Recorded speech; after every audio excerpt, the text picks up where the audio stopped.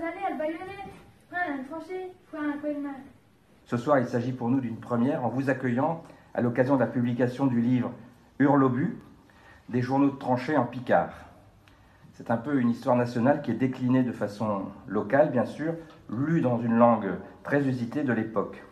Alors, le travail sur ce livre, ça a été quelque chose qui a duré plusieurs années, donc ça fait 4 ans à peu près qu'un camarade m'a donné le premier livre qu'il avait découvert, le premier journal de tranchée à langue picarde.